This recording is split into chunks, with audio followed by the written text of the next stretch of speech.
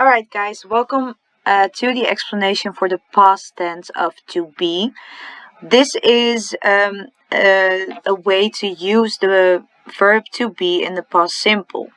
Now, if you don't know what the past simple is, I do recommend that you watch that explanation video first and do the exercises of that first before you start this. And that can be found in LearnBeat Unit 3 Lesson 1 as well. Okay, so what are we going to do? First of all, I will tell you what the past tense of to be is. So we know the verb to be, and that is I am, you are, he, she, it is, we are, they are, and you are. Now, you also have a way to use this verb in the past tense, dus in de verleden tijd. En dat is ook wanneer je het gebruikt. So when do you use the past tense of to be? Wanneer het al gebeurd is. In het Nederlands zouden we dan bijvoorbeeld zeggen ik was, of hij was, of wij waren. Nou, in positive sentence, dus in normale zinnen eigenlijk, gebruik je de volgende vormen. I was, you were, he, she and it was, we were, you were and they were. Nou, wat we dus nu gaan doen is, ik wil dat je zometeen even de video pauze zet en dat je met gebruik van dit rijtje eventjes dit in gaat vullen. Dus, it, a nice day yesterday, she, at school an hour ago, my sister and I, late this morning, your dog, so sweet last week, I heard John and his friends, the best players of school. Probeer dus eventjes een van deze vormen in te vullen in deze zinnen. Doe dat nu, zet de video even op pauze en wanneer je klaar bent kun je hem weer aanzetten. Alright, so hopefully you filled everything in. For it, a nice day yesterday. Dus de eerste zin, als we teruggaan naar deze, kunnen we zien dat we bij it was gebruiken. Dus it was a nice day yesterday. She, gaan we terug. Zien we dat she ook gewoon was is. She was at school an hour ago. My sister and I, moeten we eerst even nadenken welke vorm van deze slaat op my sister and I. Dat gaat dus over we. Nou, we gebruiken we were. So my sister and I were late this morning. Your dog, wat is your dog? Van deze, dat is een it. Of een he of she, het is maar hoe je over hondjes denkt. Your dog was so sweet last week. De laatste, I heard John and his friends, the best players of school. Nou, dan gaan we kijken. John and his friends, wat is dat? Dat is een they. Dus bij they gebruiken we were.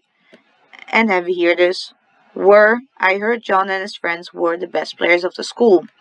Nou, hier zie je de antwoorden goed staan. Verbeter het dus in je schrift als je het niet helemaal goed had.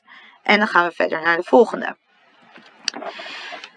So, we also have negative forms and questions in de verleden tijd to be. Je zet dus achter het werkwoord not, zoals we gewend zijn.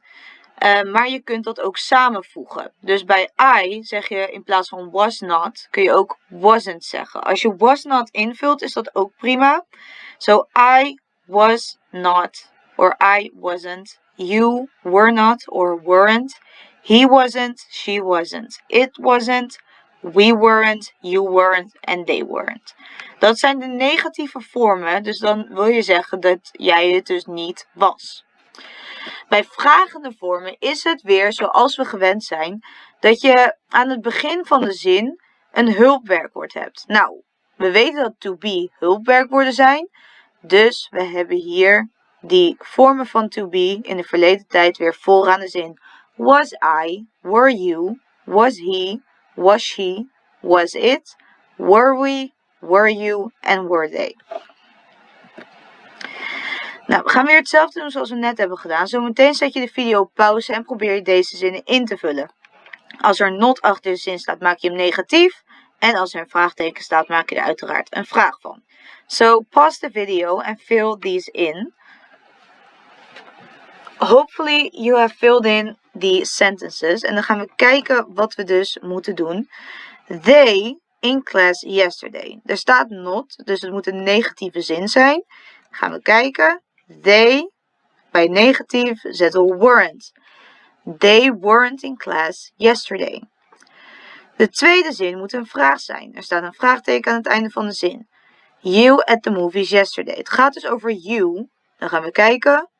Gebruiken we were. Were you at the movies yesterday? I prepared for class this morning. Nou, er staat not, dus het moet weer een negatieve zijn. Ga je kijken, bij negatief zeg je wasn't. I wasn't prepared for class this morning. Deze, the weather. Wat is the weather? Dat is een it.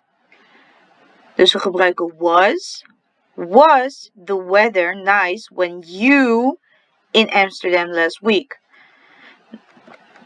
Nou, we hebben net gezien dat bij een normale zin gebruik je you were. Dus was the weather nice when you were in Amsterdam last week? Hier staan de antwoorden bij elkaar, dus verbeter ze in je schrift als je het niet goed had. And that is how you use to be in the past simple.